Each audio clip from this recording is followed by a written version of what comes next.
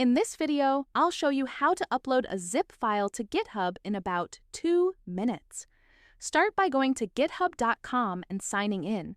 If you don't have an account, creating one is free.